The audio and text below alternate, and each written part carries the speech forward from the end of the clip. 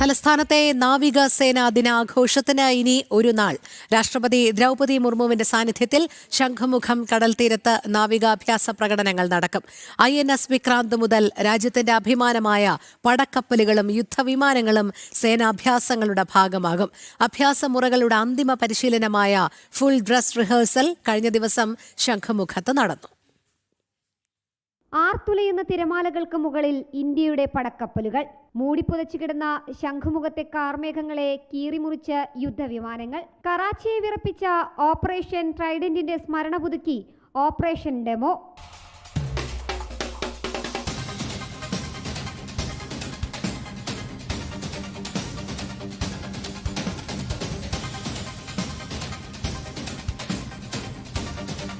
ഭാരതത്തിന്റെ ഏറ്റവും വിനാശകാരിയായ destroyer INS കൊൽക്കത്തയും INS ഇംഫാലും ഒപ്പം ഫ്രിഗേറ്റുകളും അന്തർവാഹിനിയും ലോകം ചുറ്റി പേരെടുത്ത തരംഗിണിയും സുദർശനിയും, ആകാശത്ത് അത്ഭുത പ്രകടനങ്ങളുമായി സീ കിങ്, MH-60 കമോവ് ഹെലികോപ്റ്ററുകളും സീഹോക്ക് ഡോർണിയർ യുദ്ധവിമാനങ്ങളും, ചേതക് ഹെലികോപ്റ്ററുകളിൽ പറന്നെത്തി ദ്രുതദൗത്യങ്ങൾ അതിവേഗത്തിൽ പൂർത്തിയാക്കുന്ന മാർക്കോസ് എന്നറിയപ്പെടുന്ന മറയൻ കമാൻഡോസ്, ഭാരതത്തിന്റെ അഭിമാനമായ INS വിക്രാന്തും പരിശീലന പ്രകടനത്തിന്റെ ഭാഗമായിരുന്നു. നാവികസേനാ ദിനമായ ഡിസംബർ 4 നടക്കേണ്ട അഭ്യാസ പ്രകടനങ്ങൾ രാഷ്ട്രപതി ദ്രൗപദി മുർമുവിന്റെ സൗകര്യാർത്ഥമാണ് ഒരു ദിവസം മുൻപ് നടത്തുന്നത്.